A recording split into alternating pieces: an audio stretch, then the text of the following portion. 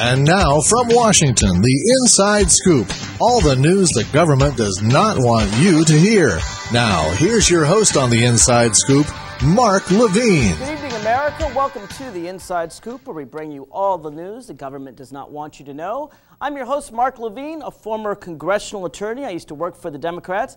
And today we're sponsoring a debate with a Republican. As a Democrat, I think it's important to know how the other side thinks, particularly since they've been running the country for the last 6 years. My guest today is Buzz Hawley. He's really kind of my counterpart because he was working for Congress as a staffer for the Republicans. So we hope to give you a lot of inside baseball tonight, discuss the issues of today. As usual, you are welcome to join in the discussion. You hear something that we say, you question it, you disagree with it, you agree with one of us, you disagree with both of us, whatever it is, we welcome your calls. The toll-free number is right there on your screen, 888-488-MARK. Buzz Hawley, welcome to the Inside Scoop. Pleasure to be here, Mark. I'm happy to be here. There's so many issues to discuss. The war in Iraq continues at a blistering pace, and the Democrats want to get out, and George Bush wants to stay the course. We have Attorney General Gonzales on the hot seat. Now number 2 in the department has just resigned today, Paul McNulty, over the scandal involving firing U.S. prosecutors. Tony Blair is out. Many think that his career ended because of George Bush, the war in Iraq. There's George Tenet's revelations. There's a D.C. gun ban that just got overturned by the D.C. Appeals Court. It may go up to the United States Supreme Court. Lots of things to talk about. I want to start with Iraq because that seems to be something that I think of all the issues is most on Americans' mind. I don't know if you agree with me that it's sort of the primary issue people are focusing on today. Oh, I think it's the most fundamental issue people are discussing today, and I think, you know, there's room for disagreement on it, but it definitely is number 1 on the list if you talk to voters around the country. Okay, so the Democrats have put forward a second try. Their first try was to provide funding, but with a withdrawal date. This time, they will provide funding with no withdrawal date, but it'll provide half the funding with a revote in July to provide the other half of the funding. George Bush has said he will veto the bill. What do you think of the Democrats' second attempt? Well, I mean, I think the Democrats are struggling mightily with the issue. And if you look, I saw a very interesting figure today, Mark, about Congress's approval rating. The AP has done a poll, and the Democrats' approval rating right now in running the Congress is 35%, which was the level where it was right before November, right before the congressional election that kicked the Republicans out of the majorities in the House and the Senate.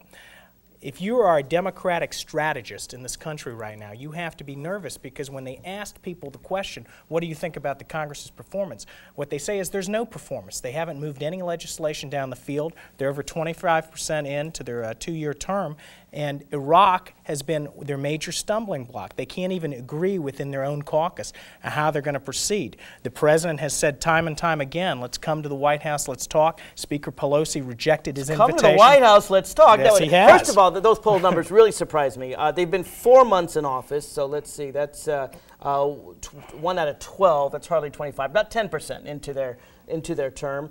And I'm surprised those numbers are so low, but if they are, let me suggest to you that what the American people are saying is the Democrats, you're not being forceful enough against George Bush.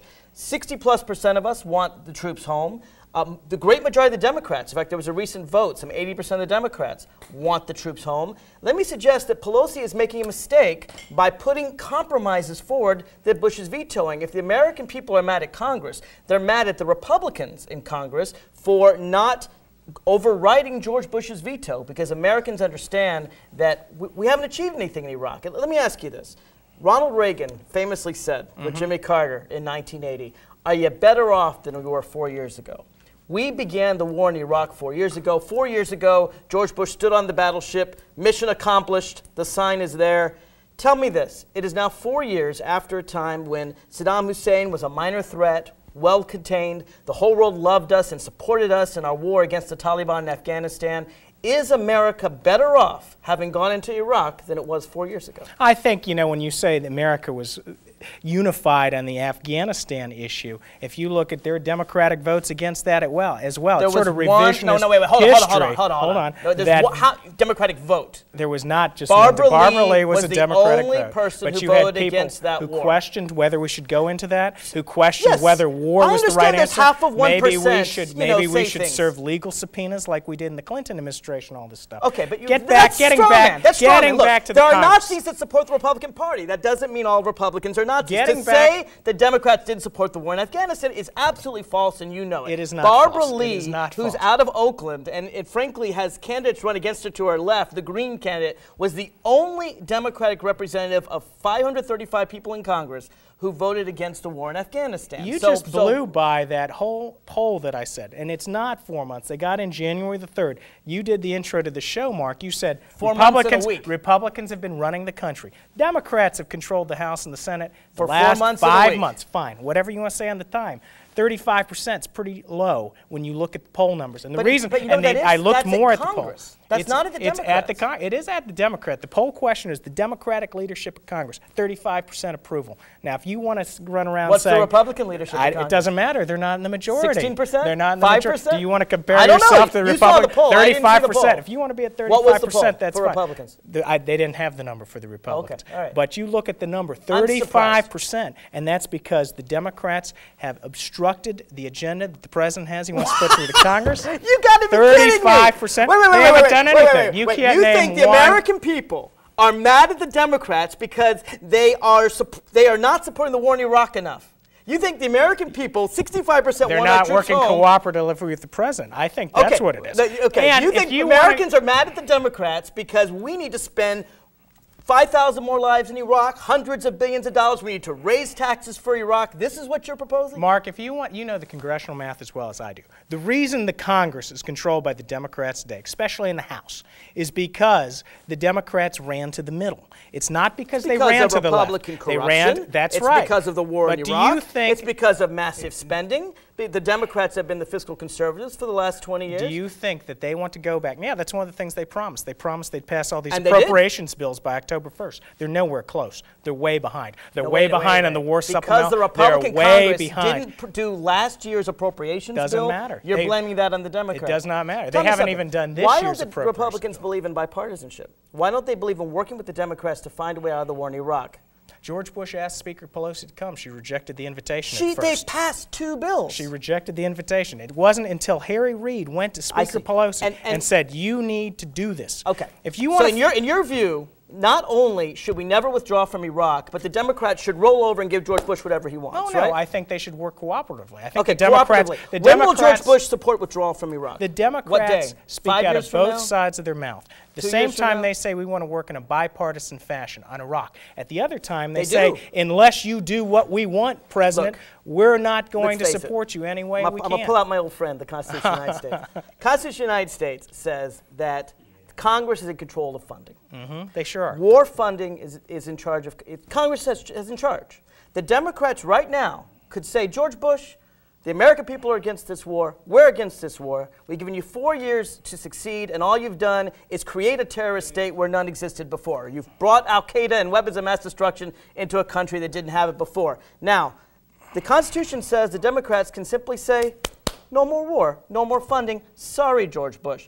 Let me suggest to you that the American people, if they're mad at the Democrats, are mad at them for not saying, George Bush, we've had it. We're taking the troops home. They're dying for no reason. They're wounded for no reason. Let's bring them home. The facts don't support that. If your facts 65% want to bring them home. as stated were true, how come the Democrats can't override the veto in the House?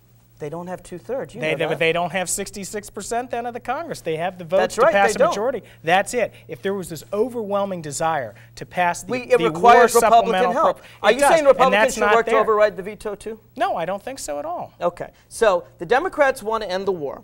George Bush wants to continue the war until he's out of office. That's very important to him, whether we succeed or not. And he doesn't want any benchmarks. He doesn't want any tests to see if we're succeeding. So now they're at an impasse.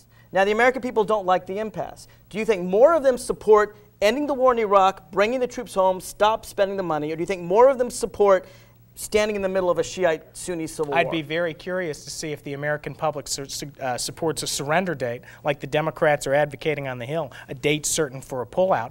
Republicans are willing to work with the Democrats. We're surrendering the war in Iraq. That's what we're surrendering. We're leaving. Who's the enemy? Who are we fighting? The enemy is Iraq and the enemy is Iraq? I thought they were Al-Qaeda. The Al-Qaeda is 7%. over there. It's more than that. It's certainly more than that. It has quite an influence there. But you go back to the number that Why are they in Iraq? if there was this much support for ending the war the way you suggest it should be, Mark, then I've you'd seen be the able to same polls you override have. the vetoes. No, wait, well, wait, then wait, it's wait. not working. You know that's not the way it works, okay? Yeah, I do know Just it's the way because it works. No, come on. That Let's is not the lie way to it people works. on the TV. That is the way it works. No, You have a bare the majority. American people don't get to vote in Congress. They get Sure to vote they do. for They vote for their representatives members. of Congress. They vote all which the are time. all duly gerrymandered to help the Republicans, as you know. Now, Well, then how come the Democrats took control of the House? because when 70% support the Democrats, 55% get elected. Now, if we get 80%, That's maybe we a can curious get 60%. argument. Not really. It's very That easy is to very understand. curious. You know how it is. I know how it is. Exactly. In Florida, The Democrats you have took control. districts going out into the ocean for 200 miles, grabbing all black neighborhoods into one nice apartheid system, so that all blacks vote for the Democrats, and then you have the remaining districts in Florida vote 60-40 for Republicans. I mean, Florida is a state that's 50-50 Democrats and Republicans. Perhaps. And yet they vote 75%. The governor got more than 60%. And they have Charlie Democratic Crist, senators. Charlie Crist won So big time. It can go either way. What explains that in a Democratic year? What explains the Democratic Senate race? My point is that Florida can go either way.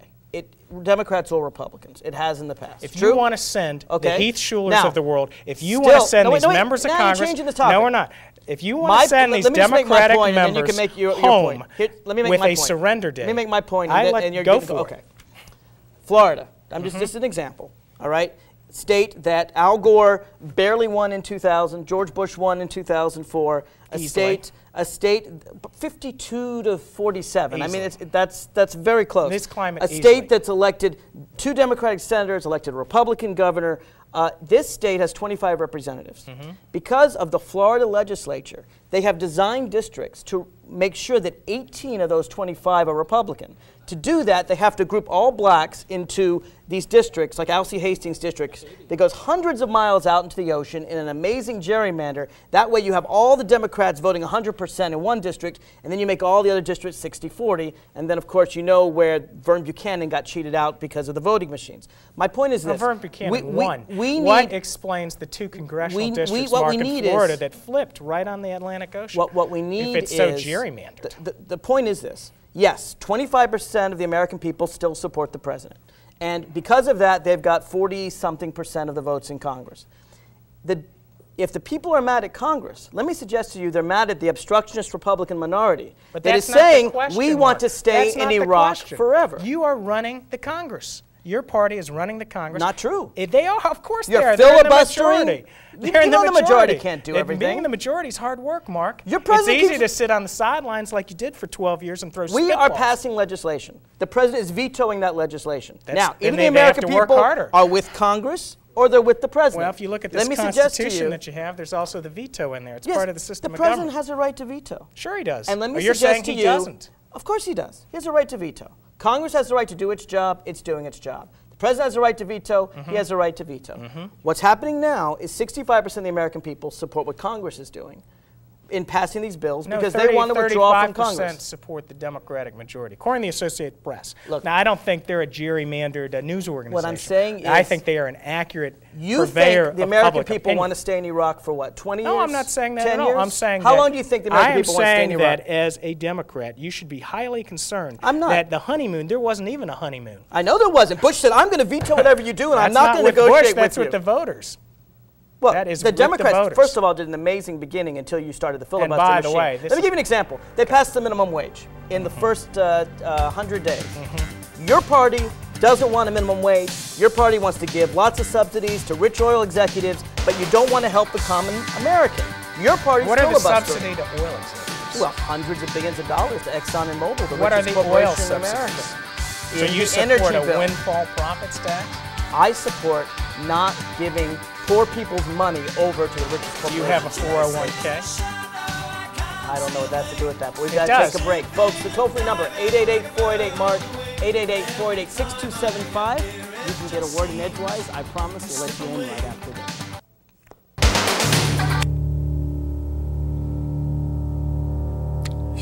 You're probably still there with us, History Judy, has right? demonstrated that violence only begets greater violence. And injustice only begets greater injustice. This is not the tradition of our great nation. This is not how we want the United States to be known around the world.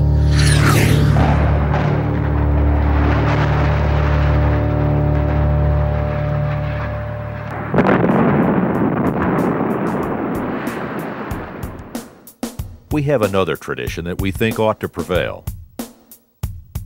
One that is more just and more powerful. There is a better way. If we truly want peace and security, then we must work hard for justice.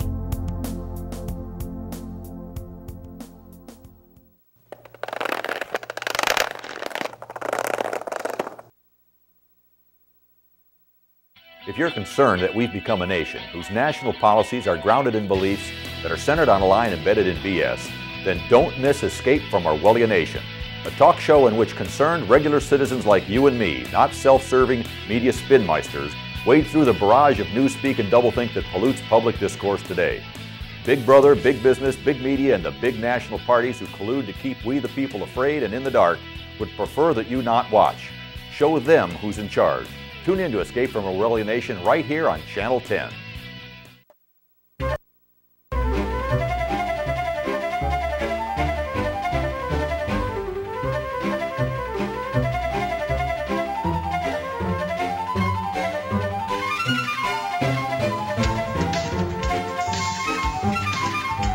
From Washington, back to the Inside Scoop with Mark.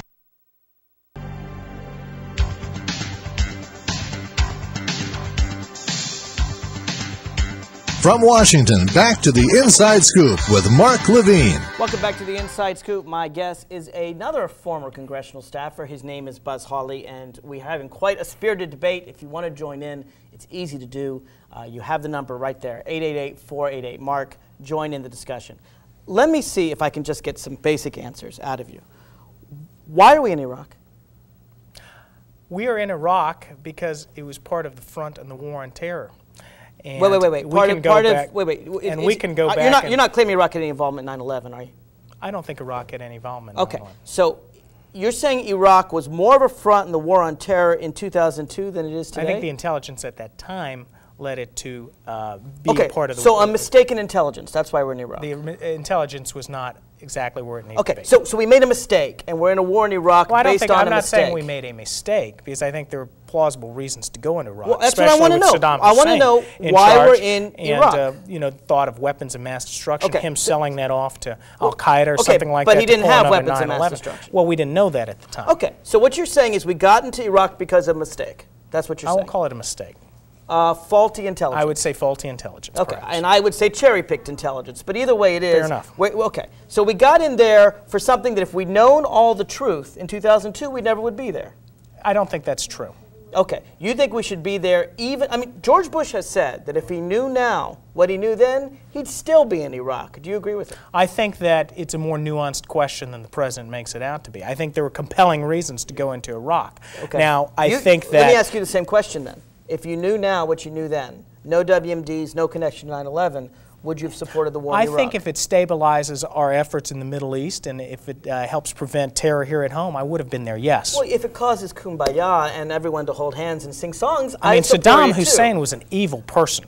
He killed women and children, Mark. Yes, he did. He killed the Kurds. Yes, he did. And, it's kind of interesting to me that a lot of the Democrats who were in Congress then and now were on both sides of the issues, because back then they faulted George Bush, the father, for not going far enough. And they stopped, and now they're faulting George W. Bush for going in. I don't know why Dick Cheney was shaking Saddam Hussein's hand. I don't know why George Bush and Ronald Reagan were such big, people giving Saddam Hussein the same biological weapons that they're worried about. I don't know why your party's been supporting him, but here's the thing. There are evil dictators all over the world. In Darfur right now, there's a genocide going on that we don't care about because, I don't know, maybe because they're black, maybe because they don't have oil. You can't say that the only reason we're there is because Saddam Hussein's a bad guy. No, is that all you're saying? No, that's not what I'm saying. I believe Saddam Hussein was a danger to this country. How? And in the days after 9/11, well, he proved to be a danger to his own people. If he's selling weapons of mass destruction, if he is providing nuclear materials to Al-Qaeda Let me deal with them one by one. Other entities over there in the Middle East. If he's doing all these things that he wasn't doing, that's a different argument. That's the mistake. If he had WMDs, but we know he didn't. If he had nuclear weapons, but we know he didn't. If he had connections with Al-Qaeda, but we know he didn't. We're not sure of that. We're not sure of that final point. Of course we are. We are not sure of that final point. All you have to ask is not just George Tenet and Richard Clarke. You can ask George Bush, who had to admit that there were no connections. So there's not even Dick Cheney who has fervently tried to show a connection, has had to admit that he can't find one. But in those days, every presidential candidate you have has voted for this. And and a lot of them haven't gone back. You ask Hillary Clinton the same question you ask me, and she answers it the same way I do. Now, I hate to compare myself to Hillary Clinton. Before you change the subject, let me just get a few things straight. Every single thing you've said about the reason we're in war in Iraq is due to something that was wrong. It was a mistake. No, that's not true. I say it's because, that is except not that Saddam Hussein was a bad guy. Saddam Hussein was a threat to the stability of the region. Okay. I think that is true. I think a lot of people think that's true. I think every presidential candidate except Edwards thinks that. Let's go through on your side. Let's go through it. WMDs wasn't there. Nuclear wasn't there. Al-Qaeda wasn't there.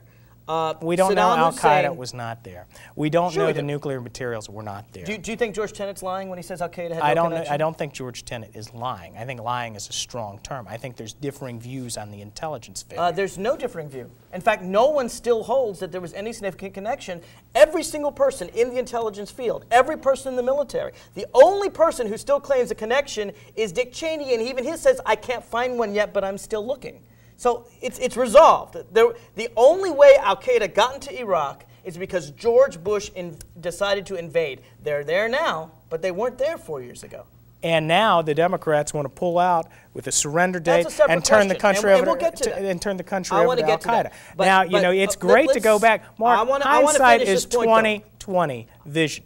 Okay. And if you want to go back and argue your presidential candidates are the same as I am on the issue. We got there based on a mistake. Now, this is easy to do, just to go back and nitpick. There were valid arguments I'm going to get for to the going present out. Day, but first I got to, in order to figure out what to do today, I think it's important to realize how we started this. Because we started this based on faulty intelligence. Now, Richard Clark and George Tenet and Paul O'Neill and a whole host of other Republicans will say it wasn't actually faulty intelligence. It was, as they said in the Downing Street memo, fixing the facts around the intelligence. Richard Pearl and Dick Cheney wanted to believe Iraq was a threat so badly that, as Richard Clark has said, the president ordered him 3 times to find a connection between Al-Qaeda and Iraq, and 3 times he told the president, sir, there is none. So wishful thinking. But the point is, we got there based on a mistake.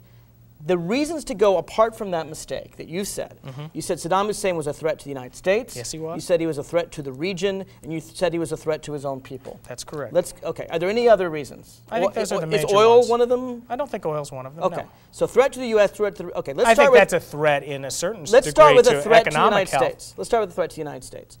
How was Saddam Hussein a threat to the United States? I think if Saddam Hussein was supplying intelligence, was harboring Al-Qaeda,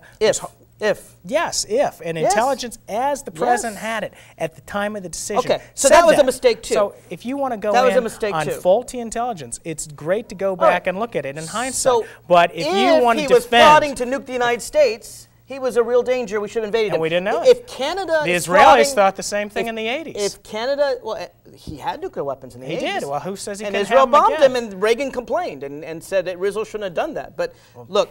So you think they shouldn't have done that? I do think they should have done that. I think they should have done I it do too. So what you said is if he was planning to do all these things that there's no evidence he was planning to do. Which Iraq had a history of doing. He was a threat to the United States. Iraq had a history of doing. But again, that was a mistake. I'm not saying it's a mistake. No, I think that it's a plausible, it could have been happening. And the intelligences they had it at that time. Okay, but it wasn't happening. Oh, we don't know that.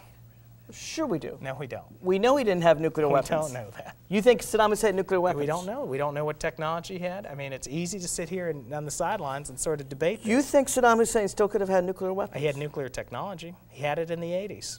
Well, you know, we all can read Google. Maybe I have nuclear technology. We all can't build nuclear reactors if the Israelis have to bomb either. No, but he didn't have the plutonium. That's an easy thing to say. The president had to lie about it to the American people, claiming something going down in Niger. Cheney had to out a U.S. spy in order to try to punish Joe Wilson. A nonpartisan spy, of course. I happen to think it's a traitorous act, and George Bush Sr. called it a traitorous act to out a CIA agent. So and we don't know that Dick Cheney did that. So there's no evidence he was a threat to the United States. He could have been. He might have been. It was a mistake. Let's talk about a threat to the region. All right? He was a threat to the region. Well, let's talk about it. He's a threat to the Kurds. Let's talk about it. He fought a war with Iran, a terrible war. 1 million people died in the 1980s in the biggest Shiite-Sunni conflagration ever. Are you actually arguing he's not a threat to the region? He invaded Kuwait. What I'm saying is he was less of a threat in 2002. than he was in the 1990s and in the 1980s. Oh, we don't know that at all. We have no In the knowledge of 1980s, that. a million people were dying. Yes. In the 1990s, he invaded Kuwait. He was In funneling- 2002, we had planes going over half of his country to the south, the Kurdish area to the north. We were shooting down anything that moved. He had the 6th largest army in the world at that point. How can you say that he was not a threat to the region? Okay. He's invaded his army, other His countries. army was a third the size of what it was in the Persian Gulf War. It wasn't. It was about a half. What I read is about a third. In any case, it was smaller. Whatever threat Iran was in 2002, you have to agree he was a bigger threat in the 1990s and the 1980s. But that's immaterial. Well, in the 1980s, we were helping him. Some years the Yankees win 110 games. Some years they win 100 In the 1980s, we were giving him aid, right? I mean, Ronald Reagan was making sure he had that biological weapons. Jimmy Carter did that too, and the Democratic Congress passed that. Well, no. Sure they did. That wasn't never passed by the Democratic Sure Congress. it was. In the 1980s, the foreign aid budget's passed by the Democrats. But he didn't do it through foreign aid budget. You know that. It was done off the books. There was arms for hostages to Iran. Halliburton was selling him chemical weapons. That's why we thought he had them. We sold him the weapons. That's why we thought we'd find them until Bill Clinton destroyed them in the 90s. My point is this. Saddam Hussein's threat in 2002 was no worse than it was in the 90s or the 80s. Did he hurt his own people? He did, but I can name for you 20, 30 other countries that were worse. I would think go back to the Liberia, point. He was a threat. Sudan, he was Afghanistan. A threat. But those people, okay. they're not. You go back to the point. He was a threat to the region. Why aren't we in Darfur today?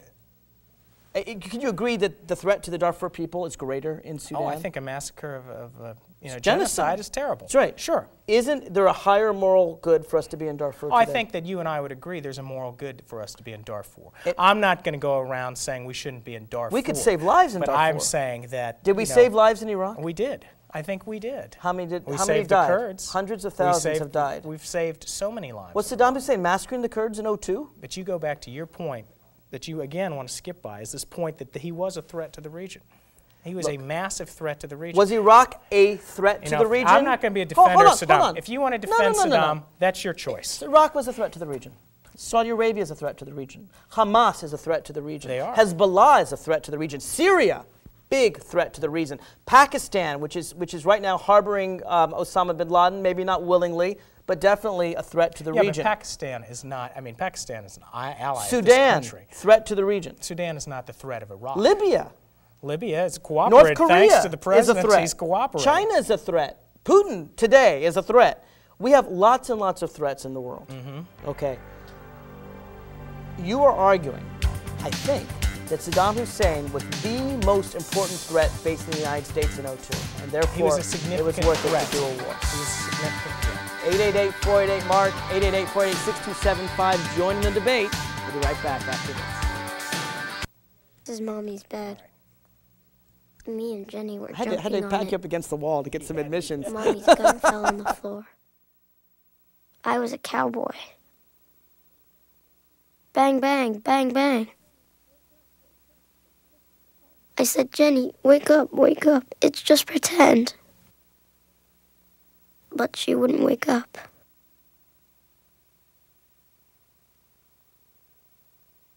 If you give me a fish... If you give someone a fish... You feed them for a day. Teach someone to fish. You feed them for a lifetime. Give me a fish, and you'll feed me for a day. Teach me to fish, and you'll feed me for a lifetime. Through Volunteers of America, you can help change lives in your community.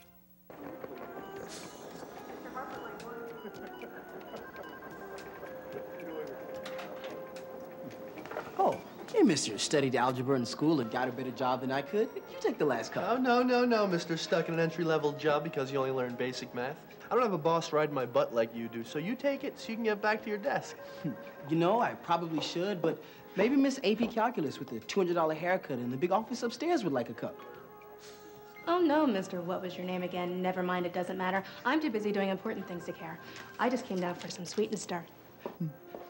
You know, if my limited math abilities weren't keeping me from getting a better job, I'd quit this afternoon. I don't blame you.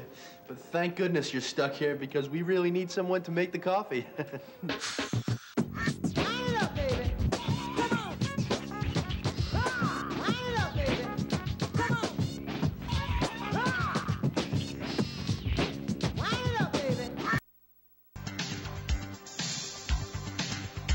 From Washington, back to the Inside Scoop with Mark Levine. Welcome back to the Inside Scoop. We're going at it fast and furious, and I really want to recommend, just because we're at each other's throats, first of all, he's a good guy, Buzz Hawley. I disagree with him, but there's no violence in this place, and what that means is you're welcome to join in the discussion. Again, feel free to tell me I'm wrong, tell Buzz he's wrong, tell us we're both wrong. We want to hear from you. That's what live shows are all about. Toll-free number, 888-488-MARK. I've been told I'm wrong plenty of times, Mark. Exactly. It won't hurt my feelings. Okay, so I think we've made the point that we're in Iraq mostly because of a mistake. It was a threat, but clearly there were more significant threats. I mean, you're not saying that Iraq was a greater threat than North Korea or Iran, are you? I think now you could look at it that way. Yes, I but think 02, at that in 02. time, in 02, I would say that Iraq, with accepting your point that the intelligence was somewhat faulty, right, that it was the largest threat. Okay.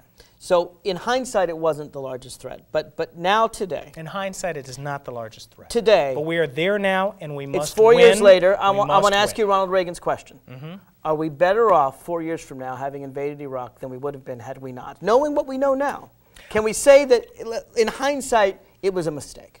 I don't think it's a mistake because I think it helps to advance the cause that we're trying to advance. Just today, what is the cause we're trying to advance? To try to attempt to fight Islamic radicalism around the world. Okay. And no, if you look just today, just today, the leader of the rejuvenated Taliban was found dead, thanks to our efforts in Afghanistan. Right. We are eliminating the leadership of the Taliban. Which 99% of Americans support, including myself They and don't all the all Democrats. support that. They don't all support that, Mark. I should tell you, I have argued with people to my left. People on my show know. Those that don't support the war in Afghanistan, I have it out with them because I've always supported that war. Right. Now, you raise an interesting point. It's a great point. There is an Islamic radical threat. There's no question in my mind that threat is there. It exists. It's real. Did the war in Iraq increase the radical Islamic threat to the United States or decrease the Islamic radical threat to the United States? I honestly think it decreased. You tell me how it decreased, because I think it decreased because I think, number one, in time, Iraq is going to become a stable democracy in the Middle East. Really? Does that You're help the only us? one I know that believes yes. that. Does that help Israel? Yes. Does that help our other allies in the Middle East? Yes. If all of our enemies, as I said, would just hold hands and sing songs, life would be better. But it's been 4 years, and you still think Iraq is going to end up a stable democracy in the Middle East? I do think it's going to end up When stable. do you think that's going to happen? I think it's going to end up in the next 5 years. Do I say we should stay in Iraq 5 years? I'm not saying that. I'm just saying that this is the first opportunity ever in their lifetimes that Iraqis have been able to try to pursue a stable democracy. You look at the number of people who voted in their parliamentary elections. The percentages are through the roof. It puts this country to shame.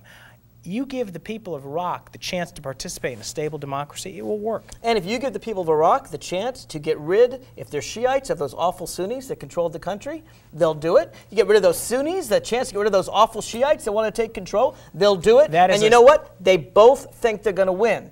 And that is the perfect way to have a civil war. It's interesting. If you look at wars in history, wars between nation states often end up with some kind of signed resolution treaties. Civil wars don't usually end in any case until the last person's dead.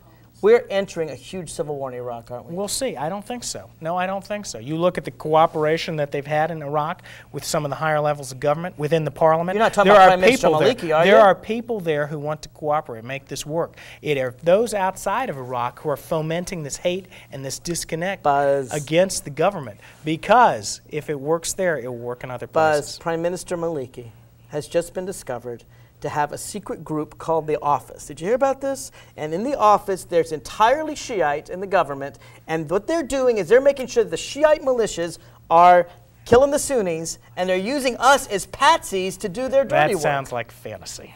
I'm afraid it's not. Sounds Tell you like what, a fantasy. in the break, I promise you I will find the citation for it because I'm afraid that we are actually helping Maliki do his dirty work. And there are UFOs landing here outside our studios. I'll find it for you.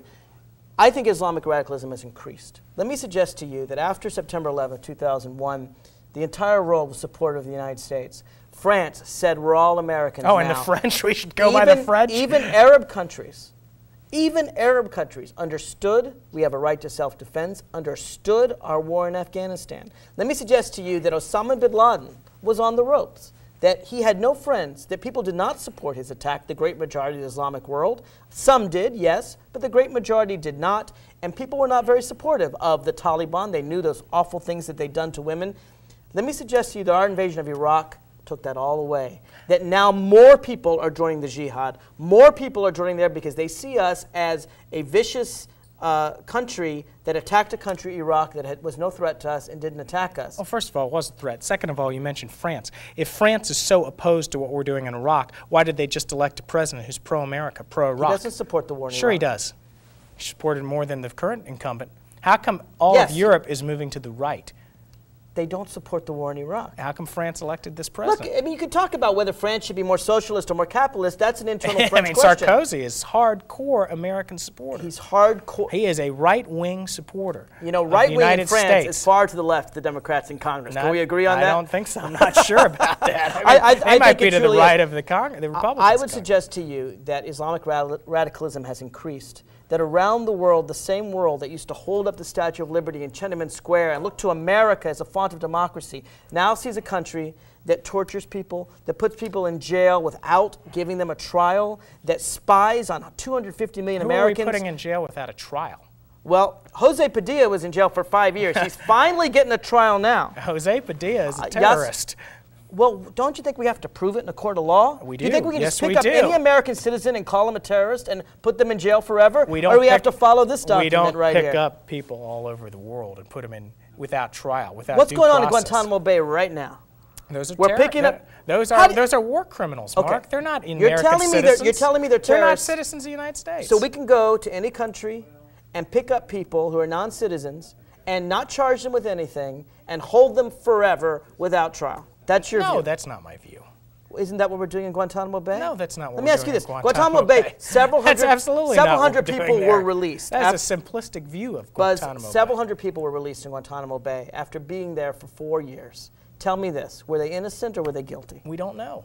Why did we release them? They were held as material witnesses. You look at Guantanamo Bay. Why not give them a trial? Criminals, because we don't have to give trials to people who are not American citizens. It's a war crime. Why? It is not we a released crime. 400 That's people. the problem in the 90s in the Clinton administration. So you think These they were people innocent? are treated with subpoenas. Do you think they care about subpoenas? You think they were innocent, the 400 people? The ones in that Guantanamo? We released. The ones we released. I don't know. You don't know whether they were innocent or not? I think they probably were guilty. Okay, if they're guilty, then let me suggest to you that George Bush is being lax on terrorism.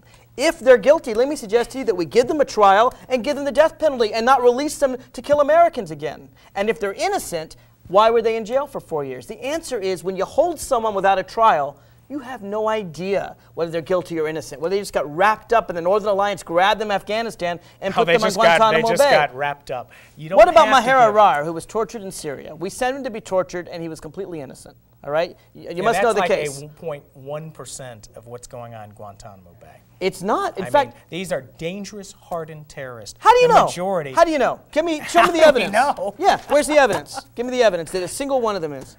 You do not, the little document you wave around, that applies to U.S. citizens. Let's talk about two citizens. Jose Padilla is a bit Yasser Hamdi and Jose Padilla. Yasser is not an American citizen. He was an American citizen. There were two. Okay. Yes, he was a Saudi Arabian. There were two American citizens. One was Jose Padilla, one was Hamdi. I would agree. Those two deserve due process. Okay, but George Bush. That's fine. They're American citizens. They deserve due process. What Just do you like think John the Walker world? Lindgren. Okay, let me ask you this: if an American is kidnapped in this former Soviet Union, who happens to be over there, and is held without trial, accused of being a spy, the American says, I'm innocent.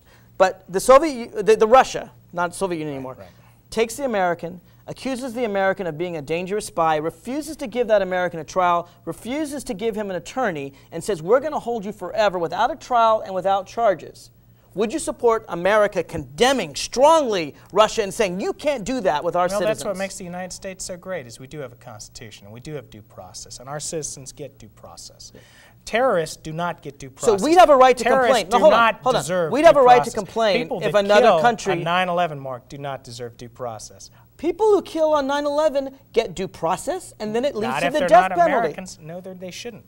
It is a war. They're war criminals. They're not American citizens. It's a wholly different subject, and you know it. Are you You're telling a good me? lawyer. No, wait a minute. Wait a minute. You're telling me that it's okay with you if another country takes American citizens... No, I didn't say that.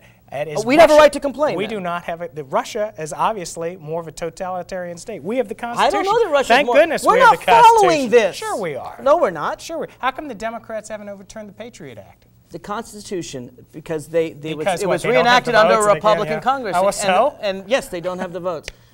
Let's read Amendment 6.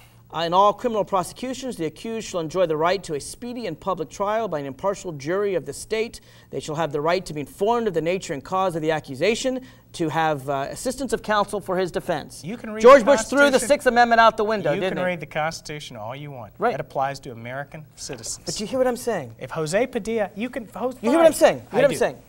You're saying that the American government has a right to say, we'll give due process to American citizens, but the rest of the world we can torture and kill and hold. It doesn't matter whether they're innocent or guilty. If they're war criminals, yes. We don't know they're war criminals because there's no trial. We suspect they're war criminals, okay, yes. We suspect someone's a bad guy, we can hold them, we suspect can someone kill them. is a killer. We suspect someone is aiding and abetting the terrorists who are bent on and we don't have to show any country. evidence. And if it's the wrong guy, if it's an innocent person, as wrong, Dana Rohrabacher said, so what? So no. we torture a few innocent people. It's not that big a deal. Do you see now, how can we complain if an American is in China or in Russia or in Saudi Arabia or in any country on earth? How can we insist that that American have a right to due process and a trial? How can we do that? They don't. You go to communist China, they don't get a trial. You know, before George Bush, we used to complain about American citizens who were taken in foreign countries and held without trial. Today, you're absolutely right. George Bush has made it clear. Should we have given the Nazis a trial? We did. It was called Nuremberg. Yeah, that was a war trial. That's it was right. not a United and States there was courtroom evidence, trial. And there were witnesses, and there were verdicts. So we should have given any Nazi criminal a trial in this country, is they what got you're it. saying. They did not trial. get the protections of the Constitution. No, they did not. They got it was the a protection. war trial. It was a trial based it on is a totally different law. trial. But and you see my point. You see my point. Semantics. You would agree that we have no right to ever complain when an American citizen is taken and held without trial, given that we do the same to people all over the world. I would suspect our citizens who are held without trial are not terrorists bent on destroying the country that is taking How do you know? How do we know? How do I not How do you know? Exactly. You have a trial. You have evidence. That's how you know. That's how you know. And interestingly, the Red Cross has said that most people in Guantanamo Bay are innocent, and I'm happy to show you that one as well. Yeah, I'm sure they're just full of innocent people at Guantanamo Bay. I think they are. I'm sure they are. I think the great majority of them are, but you know how you know? You have a trial. What is wrong? I used to think a trial was the American way. I used to think the Sixth Amendment and the Fifth Amendment and the Constitution was something we were proud of as Americans, that we weren't afraid of a trial, that if we could prove someone was a killer, we could prove it, and death penalty. Mark, why does George Bush hate due process? You're arguing semantics. What I am saying is an attorney a that semantic? Hold on. What I'm saying is the Constitution that you hold up here, we have due process rights for our citizens in our courtrooms. The problem, a lot of it, which I think led to 9/11, is the Clinton administration was very weak on terrorism. You look at what they did. They tried to serve subpoenas to these terrorists. They tried to do that. Why do you they hate hit trials, the World judges, and juries? I don't hate them. But why I would say do you think that the evidence is there to convict? War trials, Mark, are different, as you know, than a trial in this country. Do you think just because I say that they don't deserve the protections of due process as the Constitution outlines them for citizens doesn't mean I don't think they deserve process. Do you think there's sufficient evidence to convict these people under I'd have to look at them by case law? by case. Right. I don't know. For some there would be, and for some For some they would be. There's some they would not be. For the ones I that there's think sufficient the vast evidence, majority, why not bring them to trial? I think they would. Vast majority they would. Then you know what? Let's trust the American system.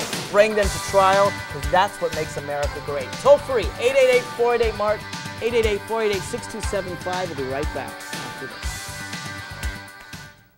I do solemnly swear that I will faithfully execute the office of President of the United States and will, to the best of my ability, preserve, protect, and defend the Constitution of the United States. So help me God. Let's impeach the president for lying. My name is David Bell. I am a resident of Virginia's 11th Congressional District, and I ask Representative Tom Davis to initiate or support investigations into violations of the law by President Bush and his administration. Tom Davis, my name is Jean Reynolds, and I'm one of your constituents. I want you to join immediately with other members of Congress to begin an investigation of the criminal acts that George Bush has committed.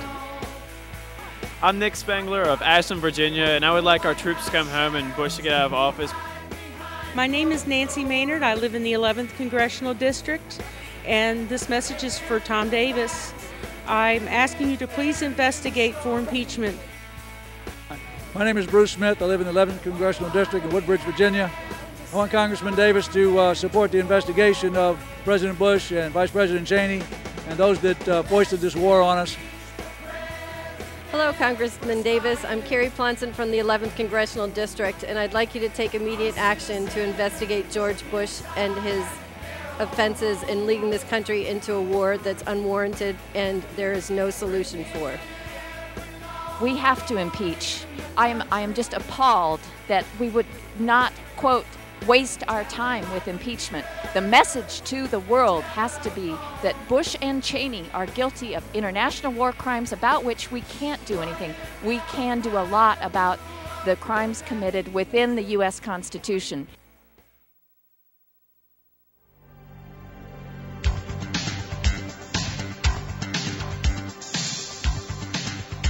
From Washington, back to the Inside Scoop with Mark Levine. Welcome back to the Inside Scoop and a fierce debate I'm having here with Buzz Hawley. Both of us used to work in Congress, myself for the Democrats, him for the Republicans, and we're arguing the issues of the day. We've barely gotten actually out of Iraq, but that's okay. It is the primary issue of the day. All these questions about due process are very interesting to me. I'm a firm believer in the American system, the Constitution and due process. One of the things I think is against the law is what's called extraordinary rendition, which is a euphemism for what we're doing, kidnapping people and sending them to other countries to be tortured. Now, recently, Republican Congressman Dana Rohrabacher of Orange County, California, defended the practice and said it was necessary in the war on terror. In my view, if you don't like the law, change the law. But you should never do anything that's extra legal. I mean, that's not what our country is about. What's your view? Well, I saw Congressman Rohrabacher's comments, and I thought there were some inappropriate points in the comments about what he made about the victims' families, the people in the audience, et cetera. But yeah, I he think said, that I hope it's your family that's hurt. That's if right, it's a terrorist. and that's wholly inappropriate. Right. I think that Congressman Rohrabacher, in an attempt to try to defend what we're doing overseas, made a mistake as far as what we were talking about earlier. I just want to get back to one point we were talking about with respect to this. If you want to have a war trial or something like that, that's perfectly fine in my view. What I am saying is that the courtroom trial, due process as far as it applies in the Constitution, applies to our citizens. Have a trial in a courtroom in this country. But in Guantanamo Bay, they're not even getting military training. If they wanted, well, they're not. I mean, it goes back one to person, Don Rumsfeld, even hid from the Red Cross, and that's a violation of the Geneva Convention. Well, it's time. The Democrats control the House and the Senate. You guys are in charge. So we need to investigate this kind of stuff. We need to issue subpoenas. We need to find out what these people are doing. Absolutely, I agree with you, and I'm glad to hear that. All right, let me deal with some other issues here. Alberto Gonzales is in real trouble. Number 2 has resigned, Paul McNulty. We now learn more and more, it wasn't just 8 prosecutors, we have a 9th, Todd Graves of Kansas City, Missouri. Right. And what's interesting to me is virtually every one of these, it's all involved with voting. Ever since 2000, we've seen Republicans really don't want Democrats to vote. Yeah, we had to just watch out for imagining votes and the dimpled chads and the Karl Rove, yeah, it's interesting, all of these people are in swing states. Nevada, Wisconsin, Pennsylvania, New Mexico, they're all in swing states. And in each case, Karl Rove said, you need to prosecute people registering people to vote. The prosecutor said, there's no evidence they're doing anything wrong. Karl Rove said, do it or you're out. And lo and behold, they're out. So as an attorney, do you believe the president does not have the right to appoint his own prosecutors? I don't believe the president has the right to try to prevent blacks and other Democrats from voting, and to do so by manipulating the Justice Department. You're not answering the question. No, not for improper reasons. President, it's not for improper reason. He can do it for any reason. No, he can't. Pretty much he can. Okay. And that's all he did here. It's everybody. Can't do it for the any Democrats. I did not see Chuck Schumer making a big issue of the Clintons going through and firing the people at the White House who worked there for George Bush. Everyone does that at the beginning of their term. Well, but when Carol Lam of San Diego is prosecuting Republican Duke Cunningham, Congressman Duke Cunningham, for bribery.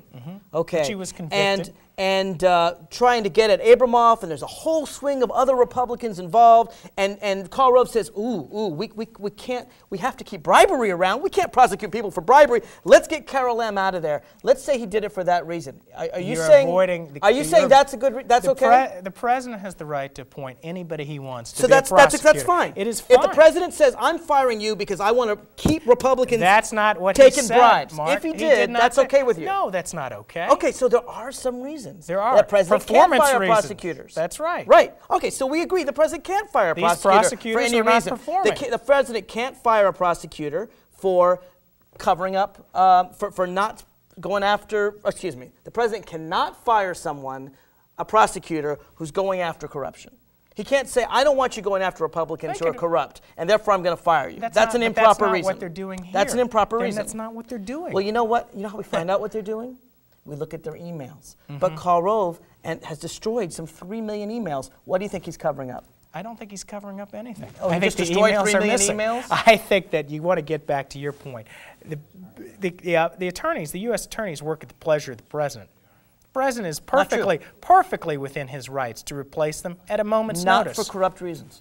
It's not for corrupt reasons. The president can only replace. He didn't think they were Let's talk about performance. Let's talk about performance. All right. Okay. These prosecutors that were fired, all Republicans, every one of them. That's well. All of them were, except one. There's one counterexample. Every other one, they were in the top in the country. They were recognized.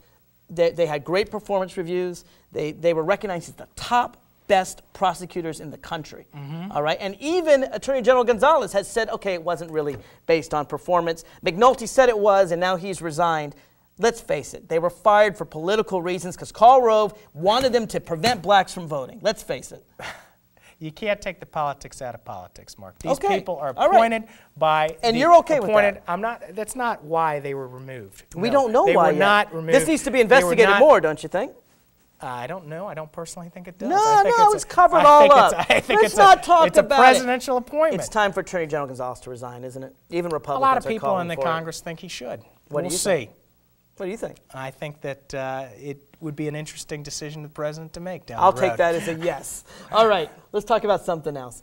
D.C. has a law to ban guns.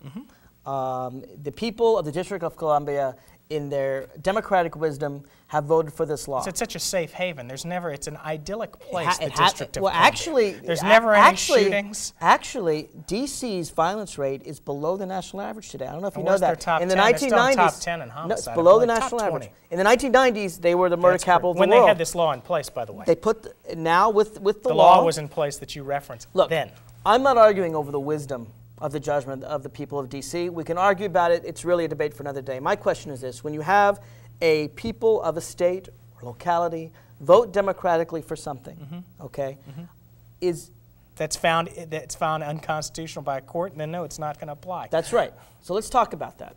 This is the first time in 200 plus years ever that the Second Amendment has been used to strike down legislation. Okay? In 1939, there's a very famous case that says the Second Amendment is all about militias. It says, quote, a well-regulated militia being necessary to the security of a free state, the right of the people to keep and bear arms shall not be infringed. And the Supreme Court held in the Miller case in 1939, what that means is you can't stop well-regulated militias. And I agree with that. I have no problem with well-regulated state militias. D.C. Court of Appeals, as you know, has taken this further and said it doesn't have to be in a militia. That's right. You can own any gun whatsoever. They've thrown out the interpretation. Okay. So you agree with that? Goes to the Supreme Court. Right. It probably will. I mean, we don't know if D.C. will appeal. I suspect they will. I suspect they will. The mayor says he's going to appeal. I think the Court of Appeals made the right decision. And you believe that the Second Amendment says that people can bear any arms they want? I think that in the district case that we're talking about, I think the Court of Appeals made the right decision. Okay. You don't have to be in a well-regulated militia. You do not have to be in a well-regulated militia, considering it's not the 1700s anymore. I agree. I think it has changed. I agree. And of course, this was written in the 1700s. And of course, you believe the Constitution evolves. This was written. And there's a penumbra and all these other This was written in the 1700s. No, so you I you're a happen to be a strict constructionist. I've always been. That's why I carry this thing right here. I am a big strict constructionist. So you're a strict Let me ask you this. You and Justice Scalia. Except Justice Scalia isn't a strict constructionist because he's a hypocrite, and we can talk about that another day. Let me ask you about the right to keep and bear arms. Are there any limitations in your view? Are there limitations? Can a in mentally my ill view? person have? No. Why not? Why do the people? If we don't have to be in a militia. Could a felon? No. Okay, I'm glad to hear that. I also agree that a felon, but there are no restrictions in here about a felon and a mentally ill. The only thing in here is about a militia. In the District of Columbia, it was about handguns. Right. That's what the case was. You're bringing up things that aren't Well, present in the fact this pattern. doesn't say handguns. It says keep and bear arms. But that doesn't matter. We're talking about the District of Columbia case. I understand. The case is about handguns. I'm not going to comment. You asked me about the District of Columbia case. The District of Columbia case. It was properly decided. So you agree it's properly decided? I don't. I don't agree it's properly decided. I think you only militias are protected because it doesn't involve militias. Who's a but militia? Let me ask you, no one is, which is why they have a right to ban handguns. So no one should have guns. Well, no. The D.C. has a right to ban all guns in its jurisdiction. Yeah, but they're not a militia. Except those in the D.C. So militia. what about in Virginia? The people of Virginia can do what the people of Virginia want to do. But they're not militias. No, all this does is a restriction on government. What all the Second Amendment does, as I read it, is it says the government cannot take arms away from a well-regulated militia. That's what I see Amendment 2 is doing. Okay? If D.C. has a well-regulated militia and the D.C. government tried to stop that, it would be unconstitutional in my view. Okay. My question is this.